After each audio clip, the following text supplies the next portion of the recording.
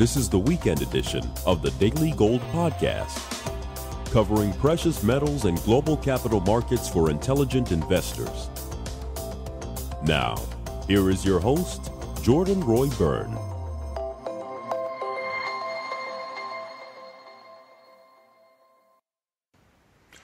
Welcome back, listeners, to the Daily Gold Podcast. Today I'm speaking with one of our most popular guests, Greg Weldon. Needs no introduction.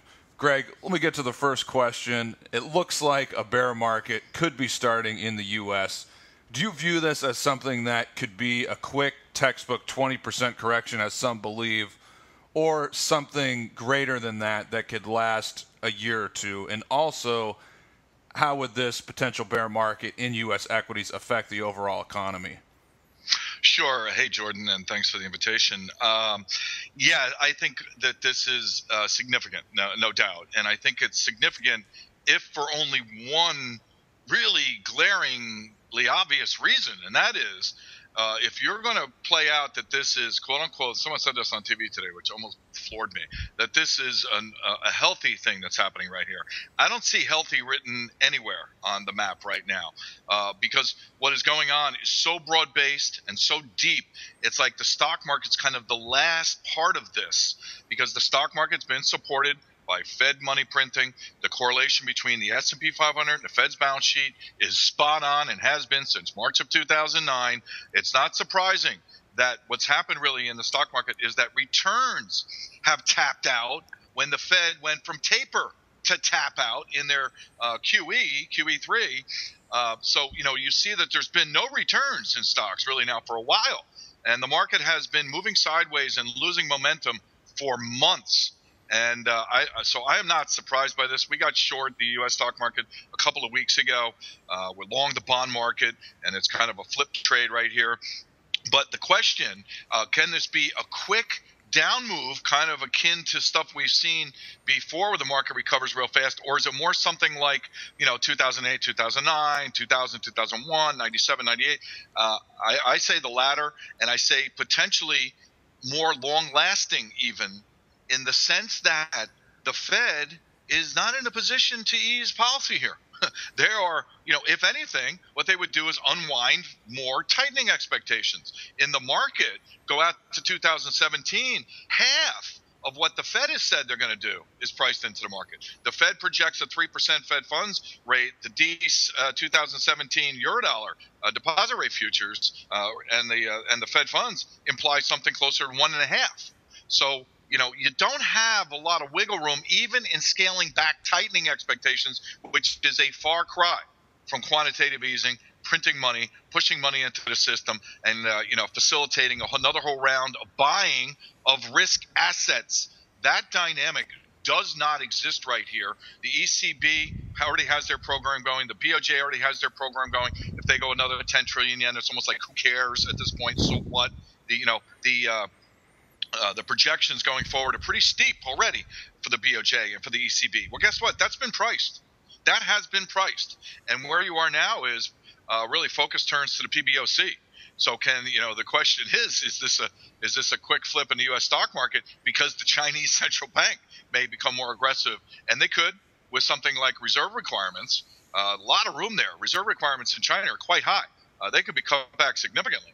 So from that perspective, there really is obviously so much going on, but I think that this is later stage reaction to tap out, later stage reaction to the dollar run that was facilitated by widening interest rate differentials predicated upon thoughts of the slope of Fed rate hikes would be rather steep.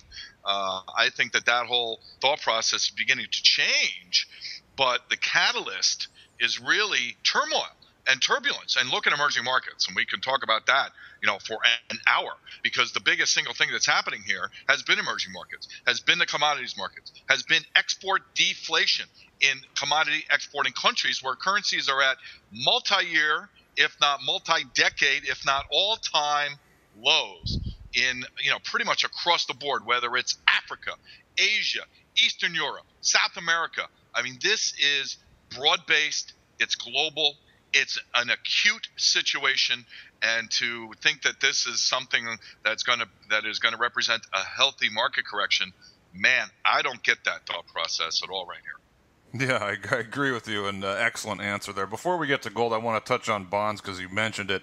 They really seem to be the forgotten asset class recently. I mean, up. I don't know how people are feeling now, but obviously a couple weeks ago, many were convinced that we're in a rising rate environment. And just the sentiment on bonds, it seems like people have been all in on stocks. They haven't been invested in bonds. Yet the price action in bonds looks really bullish to me. What are your thoughts on bonds and how much upside they might have through the rest of the year and next year? I think the bond market has a lot of upside. We're bullish on the bond market, have been for a while now. Our thought process really stemmed from yield curve dynamics. To think that basically interest rates are going to rise because the Fed, hikes rates, maybe once this year, maybe, 62% chance right now based on Fed funds futures, 50-50 at best, down from 94% just 2 weeks ago after the payroll number everyone got so excited about. Didn't really get that either. It was not a bad payroll number, but not driving wage growth. So from that perspective, when you see the market push the Fed funds futures to a greater odds of Fed tightening this year, you see the yield curve flatten. I mean, it's, lockstep.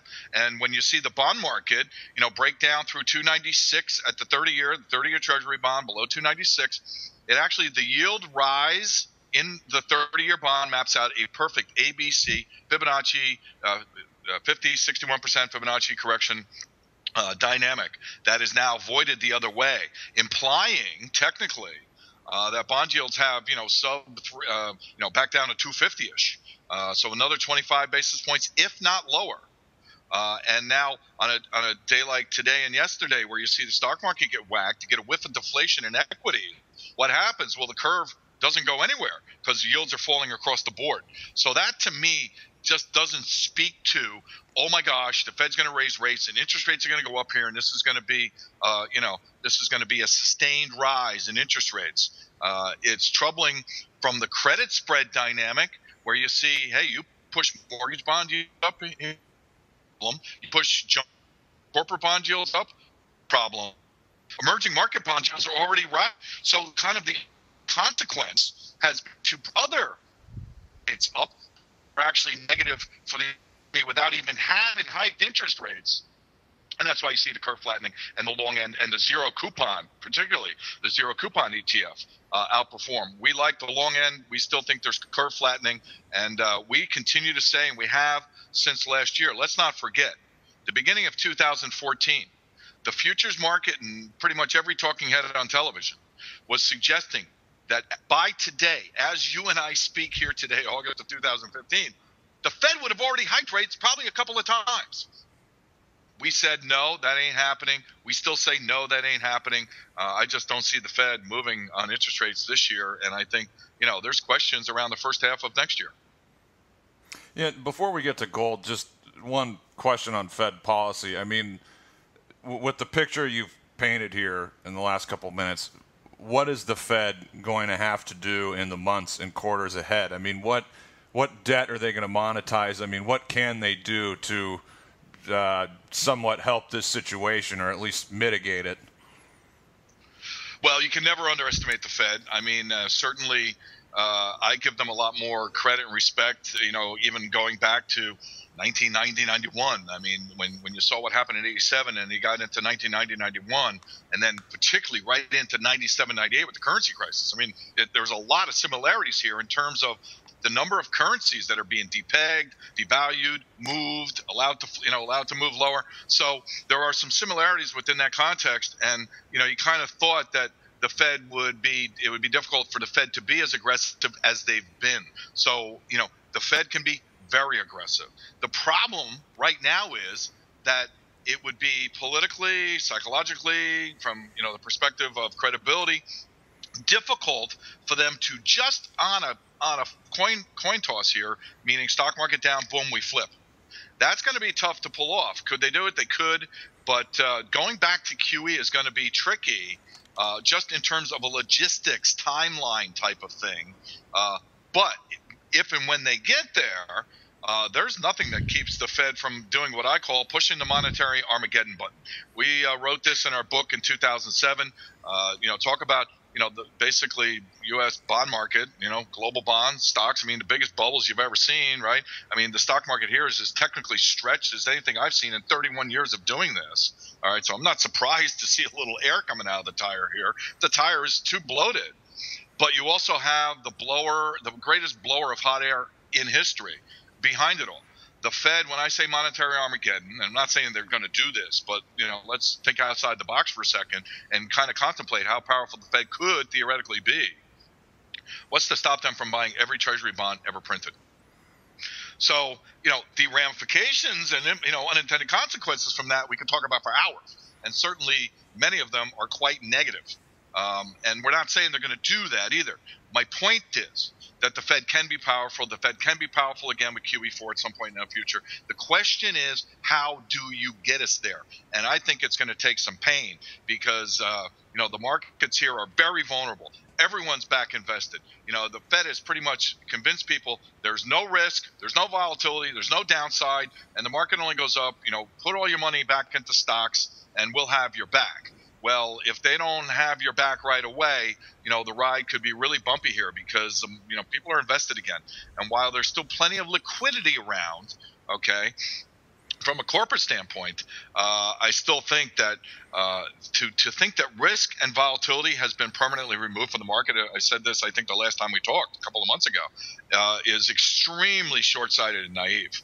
And the last 2 days in the stock market have given us a good clue of that. And frankly, I think, some of the moves in commodities markets have been a precursor of this and have given us fair warning. Certainly moves in currencies have given us fair warning. They've been all over the place. And we've been talking about this, since the beginning of last year when we penned a long piece talking about, we called it Peso Wars. And we talked about the Kazakhstan tenge, which was devalued yesterday. It was devalued 2 weeks from having done that piece, which we talked about Ukraine, we talked about Kyrgyzstan, we talked about Eastern Europe, we talked about Asia, we talked about South America, we talked about look what's going on in African currencies right now too. It is broad based and it is deep and it is severe. So again, to think that this is short lived is probably going to be short sighted. And that does link back to your question about the Fed, because yes, the Fed can be very powerful. It's a question of how do they get there to the point where they can actually act, and what happens in the interim. And what happens in the interim, from what I'm seeing, the tea leaves I'm reading here, things are really, really at risk here, turbulent. Okay, let's move on to gold. Greg, I know that you follow how gold is performing against various currencies and asset classes, and that's something that I also like to look at. I mean, to me, the last thing, as far as that relationship, gold really needs to break its downtrend against equities, I think, before a bull market will begin and hold. That's just my view, but how do you see potential bear market in stocks affecting gold? Well, it's a great question, number one. Number two, I just published a piece discussing this exact question about an hour ago. Just published one looking at the relationship not only between gold and the S&P, but also the gold bug index, the HUI, against the S&P 500. And what's really even interesting twist on this is the HUI against bullion the last few days. So what do I think there? I think that you have the potential here for a rally in gold for sure. Safe haven again. Gold is down because the Fed has convinced everyone. There's no risk. There's no volatility anymore. Stocks are a safe play here. You don't need protection. From that perspective, again, short-sighted and naive. And you see a little bit of rush to gold. Now, gold doesn't mean it's going to go straight up, because if this is macroeconomically deflationary, that could be something that could, keep gold down. It could be a situation here where gold, just kind of hangs in here and everything else comes down because gold's already come down. So I'm not really backing up the truck and loading it up with gold. Having said that, I will be quick to do that if I see the right technical situation play out. I pretty simply think a move above 1310 would be a technical catalyst. You're pretty far away from that. It would be a big move to get there. I understand that.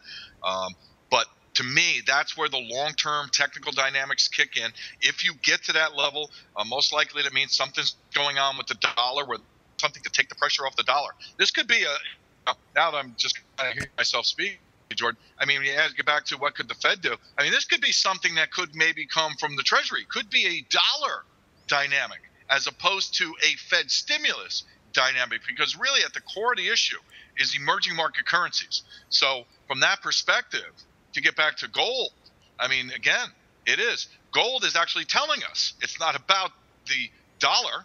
It's not about the gold market. It's about the emerging market currencies. And how do we say that? We say that because, gold in Brazilian real is at a new record high. I mean, so, you want to talk bearish gold. Gold in real is at a record high. I don't consider that to be a bearish conversation around gold. Okay? I consider that to be a much more bearish conversation around the Brazilian real and emerging market currencies. So from that perspective, you have to be careful with how you couch gold. I do like gold. I do think that you've seen a bottom. I do see the gold mining shares and gold actually potentially breaking here. At the gold against the S&P 500 just took out the 100-day moving average. So from that perspective, I think that's a pretty bullish sign. And I agree with you. It's something you need to see and something that has not happened at all since 2011. So that would be a sea change that would go hand in hand with the bigger picture decline in stocks, would be supportive for gold. And then, if they came in and, somehow did something with the dollar, wow, that could really get the sparks flying, and that could give you the catalyst to potentially push up to 1,300 or higher. Yeah, let me follow up on gold's technical specifically. I know it's bounced up the 50% retracement of the entire bull market around 1080. But, a lot of people have been talking about that $1,000 level, the support there. I mean, it was very significant, I think, from 2008 to early 2010. A lot of people have been saying it just seems like a magnet there. I'm thinking, or I'm not thinking, but what about the possibility that gold breaks down and tests 1,000 in some kind of liquidation event like we saw in 2008? I mean, remember, I forget if it was August or September, where I think gold went from like 750 or 770 to like 950 in like a week or two. It had a huge pop, and then it had another big move down later. That was the bottom. What are your? I mean, I think you agree with me. You like how gold is setting up in real terms here. I mean, it's gaining strength against all these other asset classes, but nominally and in dollar terms, what about the risk of a test of $1,000 before it really gets going to the upside? Well, I could almost say that we just did that. I mean, if you go back and look, 2008, the high was roughly 1035, 1034. Excuse me, the most recent low is 1072. I mean, you're within, $30, $35 of that high, which would really be your major support pivot, because from that point, you sold off to around $680 in 2009. The difference now, as opposed to then, is, of course, then the market had been going up. So it was actually a little bit overbought, as opposed to now where the market has been very much disinvested, out of favor. And, from a technical perspective, you have bullish divergence on your rate of change indicators, and you have momentum indicators, RSI, stochastics, whatever one you want to use. We use proprietary ones along with the standard stock ones. And, you see major divergences here. You see extremely stretched technicals to the downside in momentum. And what you see is kind of a mirror image of the stock market. So from that perspective, I do believe there's some chance 1087 was the 50% retracement of the entire move from the 1999-2000 lows to the recent high. Okay, so you just took that out by $15 and really never stayed below it. If you look at a chart, take a candlestick chart, 1087 was that 50% retracement. You have numerous upside reversal days from below that level. So I think that that's pretty interesting too.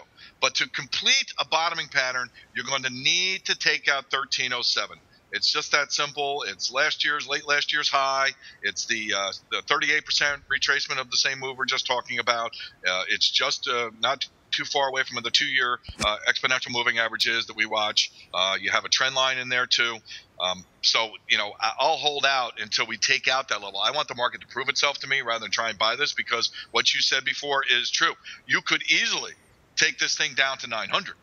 On a full scale, kind of get it out of everything, and keeping that thought for one more second. You talk about liquidation risk in stocks. You have liquidation risk in gold.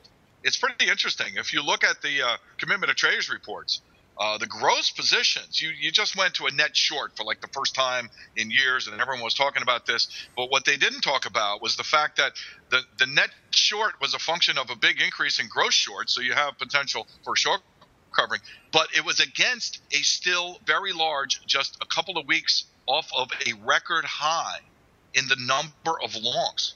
So you've had people buying all the way down, almost as if they're trying to defend this market somehow, speculators.